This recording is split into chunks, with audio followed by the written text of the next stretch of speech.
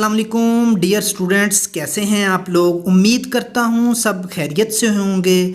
Dear students, law gate series में constitution of Pakistan 1973 का ये हमारा 4th लेक्चर है। एक्चुअली ये चैप्टर है 9 इस्लामिक प्रोविजंस के रिलेटेड है। ये हमारे कॉन्स्टिट्यूशन में एक इंतहाई अहम टॉपिक है। एक्चुअली ये जुडिशल एस्पिरेंट्स के लिए, किसी भी कम्पिटिटिव एग्ज़ाम के लिए और हमारे लॉ गेट टेस्ट के लिए ये एक इम्पोर्टेंट चैप्टर था, तो इसलिए मैंने सोचा इसकी एक अलग से वीडियो बनाता हूँ। तो स्टूडेंट्स, हम इसको अब स्टार्ट करते हैं। एक्चुअली ये चैप्टर 9 इस्लामिक प्रोविजंस के रिलेटेड है। ये आर्टिकल 227 से शुरू होकर 231 तक चलेगा। ठीक है स्टूडेंट्स, सबसे पहले आर्टिकल 227 है, provisions relating to the holy Quran and Sunnah के रिलेटेड है। एक्चुअली 227 में बताया गया है कि तमाम कवानीन, ऑल एग्जिस्टिंग लॉज, जो भी एग्जिस्टिंग लॉज हैं और जो बाद में बनाए जाएंगे, उनको इस्लामिक कवानीन, इस्लामिक असूलों, कुरान और सुन्ना के मुताबिक ढाला जाएगा। और कोई भी अगर नया कानून बनाया जाता है तो उसको इस्लाम, कुरान और सुन्ना के मुताबिक बनाया जाएगा। ठीक है स्टूडेंट्स, इसके बाद 228 है। आर्टिकल 228 में ये बताया गया है कि कंपोजिशन ऑफ इस्लामिक काउंसिल है।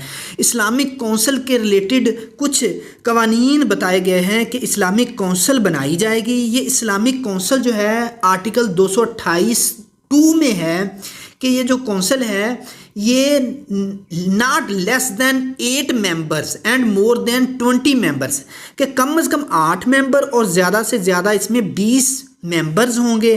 और ये जो मेंबर्स हैं प्रेसिडेंट में अपॉइंट, इनको सदर अपॉइंट करेगा। इसके बाद इसकी ना क्वालिफिकेशंस डिस्कस की गई हैं कि कुरान और सुन्ना का बुनियादी इल्म रखने वाला हो। इसके बाद जो फ़िलासफ़ी ऑफ इस्लाम, जो कुरान और सुन्ना में इस्लाम के बुनियादी असूल वज़ा किए गए हैं, उनके बारे में जानता हो। इसके बाद economic, political, legal and administrative problems of Pakistan, Pakistan के मुआशी, सियासी, कानूनी और इंतज़ामी जो मामलात हैं, जो मुश्किलात हैं जो पाकिस्तान को दरपेश हैं, इनको जानने वाला हो। इसके बाद आर्टिकल 228(3) में बताया गया है कि इस्लामिक काउंसिल के मेंबर्स का जो तकर्रर होगा वो किस तरह से होगा।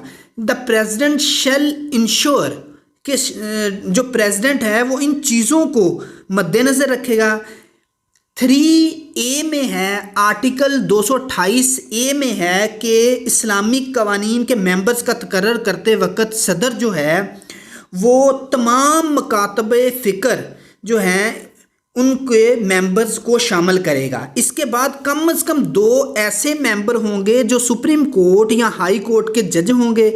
सी में है कि कम से कम 1/3 मेंबर ऐसे होंगे जो कम से कम 15 साल इस्लामिक रिसर्च से रिलेटेड या फिर इस्लामिक स्कॉलर होंगे या इस्लामिक जो रिसर्च है उसमें इंगेज रहे होंगे। इसके बाद 228(3D) में है कि कम से कम एक मेंबर जो है ना वो औरत होगी। ठीक है स्टूडेंट्स, इसके बाद नेक्स्ट चलते हैं। 228(4) में है कि सदर कम से कम एक मेंबर को चेयरमैन इस्लामिक काउंसिल जो है वो मुकर्रर करेंगे। इसके बाद 5 में है इस्लामिक काउंसिल के मेंबर्स जो हैं वो टर्म ऑफ ऑफिस है 3 साल तक अपने ओहदे पर बरकरार रहेंगे। और फिर आर्टिकल 228(6) में इनको कैसे रिमूव किया जा सकता है इसके बारे में डिस्कस किया गया है। स्टूडेंट्स, इसमें बताया गया है कि जो प्रेसिडेंट है वो रिमूव कर सकता है, मे रिमूव। इसके बाद अगर किसी तरफ से कोई रेजोल्यूशन आती है तो इस्लामिक काउंसिल में रेजोल्यूशन आती है तो मेजॉरिटी मेंबर्स अगर उसके ख़िलाफ़ वोट देते हैं और रेजोल्यूशन पास हो जाती है तो वो मेंबर रिमूव हो जाएगा। ठीक है स्टूडेंट्स, इसके बाद 229 है।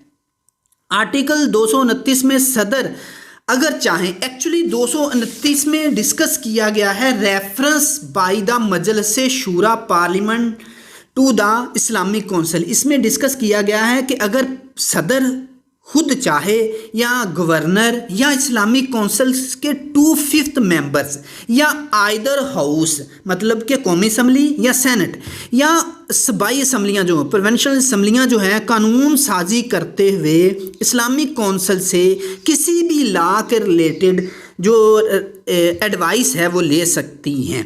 ठीक है स्टूडेंट्स। इसके बाद 230 है, आर्टिकल 230 में फंक्शंस ऑफ इस्लामिक काउंसिल के मतलब डिस्कस किया गया है। इसमें फंक्शंस बताए गए हैं कि इस्लामिक काउंसिल खुद क्या करेगी। 230 ए में है कि इस्लामिक काउंसिल रिकमेंडेशंस देगी मजलिस शूरा को या फिर मजलिस शूरा में नेशनल असम्बली एंड सेनेट दोनों आ जाती हैं। इसके बाद प्रोविंशियल असम्बलियाँ जो हैं, इसके बाद प्रेसिडेंट जो हैं या गवर्नर जो हैं, इनको रिकमेंडेशंस देगी कि वो पाकिस्तान में इस्लामिक तर्ज ज़िंदगी और कुरान और सुन्ना के मुताबिक ऐसे कवानीन बनाएं कि जो मुसलमान हैं, जो लोग हैं, अपनी ज़िंदगियाँ कुरान और सुन्ना के असूलों के मुताबिक गुजार सकें। इसके बाद 230 में है कि पार्लियामेंट को, ठीक है, मजलिस शूरा को या सूबाई असम्बलियों को, सदर को या गवर्नर को एडवाइस कर सकती है किसी भी कानून साजी के रिलेटेड। ठीक है स्टूडेंट्स। इसके बाद सी में है कि इस्लामिक काउंसिल ऐसी सिफारिशात मुरतब कर सकती है, ऐसी रिकमेंडेशंस दे सकती है जिससे मौजूदा कवानीन जो एग्जिस्टिंग लॉ है पाकिस्तान के, कि इनको कैसे इस्लामिक असूलों के मुताबिक ढाला जा सकता है। ठीक है स्टूडेंट्स। इसके बाद डी है 230 डी में मजलिस शूरा और सूबाई असम्बलियों के लिए मुनासिब गाइडलाइन देगी जो कि इस्लामी कवानीन के मुतल्लिक होंगे। Okay students. इसके बाद 230 2 में है कि जब आर्टिकल 229 के तहत, ठीक है, 229 में हमने reference by Majlis Shura parliament to the Islamic council को डिस्कस किया था कि जब आर्टिकल 229 के तहत कोई भी क्वेश्चन जो है वो आइदर हाउस की तरफ से या फिर प्रोविंशियल असम्बलियों की तरफ से, प्रेसिडेंट की तरफ से या गवर्नर्स की तरफ से किया गया हो, तो इस्लामिक काउंसिल जो है वो विदिन 15 डेज़ 15 दिन के अंदर अंदर अपनी सिफारिशात मुरतब करके देगी। ठीक है। इसके बाद आर्टिकल 230 3 में है, सब आर्टिकल 3 में है कि अगर हाउस, आइदर हाउस, दोनों हाउस, सूबाई असम्बलियाँ, सदर या गवर्नर पब्लिक इंटरेस्ट में इस्लामिक कवानीन के मतलब कोई एडवाइस लें, ठीक है, और उस एडवाइस को कंसीडर भी कर लें। ठीक है, मतलब कि आइदर हाउस में या सूबाई असम्बलियों में उस पर डिस्कशन हो और उसको कंसीडर कर लिया जाए तो इसके मतलब इसके मुताबिक फिर कानून बनाया जाएगा। ठीक है स्टूडेंट्स। इसके बाद 4 में है कि इस्लामिक काउंसिल जो है वो हर साल अपनी कारकर्दगी की रिपोर्ट जो है वो पेश करेगी। ये रिपोर्ट जो है वो इंटरम रिपोर्ट भी हो सकती है या फाइनल रिपोर्ट भी होगी, लेकिन हर 7 साल बाद जो है वो अपनी फाइनल रिपोर्ट देगी। और इसके बाद 4 में है आर्टिकल 230 4 में है कि ये रिपोर्ट जो है वो चाहे फाइनल हो या इंटरम हो, बोथ हाउसेज में और सूबाई असम्बलियों में इस रिपोर्ट के रिसीव होने के 6 मंथ के अंदर अंदर इस पर डिस्कशन होगी। अभी 3 में मैं आपसे डिस्कस करके आया था कि अगर हाउस या सूबाई असम्बलियाँ, सदर या गवर्नर पब्लिक इंटरेस्ट के लिए, ठीक है, कोई एडवाइस को कंसीडर कर लेते हैं, मतलब कि उस पर डिस्कशन होती है और उसको कंसीडर कर लिया जाता है, तो फिर उसके मुताबिक कानून बनाया जाएगा। अब जब रिपोर्ट सूबाई असम्बली को या फिर आइदर हाउस को रिसीव होती है तो 6 मंथ के अंदर अंदर उस पर डिस्कशन होना लाजमी होता है। और इस डिस्कशन के बाद अगर रिपोर्ट कंसीडर हो जाती है तो फाइनल रिपोर्ट पर 2 साल के अंदर अंदर कानून बनाया जाना ज़रूरी होता है। ठीक है स्टूडेंट्स। इसके बाद 231 है, आर्टिकल 231 जो है ये एक्चुअली रूल्स ऑफ प्रोसीजर के मतलब है कि सदर की मंजूरी के बाद इस्लामिक कौंसल जो है वो सदर से मंजूरी लेने के बाद, अप्रूवल ऑफ प्रेसिडेंट के बाद, Islamic council rule of procedure बनाएगी, मतलब कि अपने लिए कवानीन जो है, अपना प्रोसीजर जो है उसके मतलब कवानीन बनाएगी।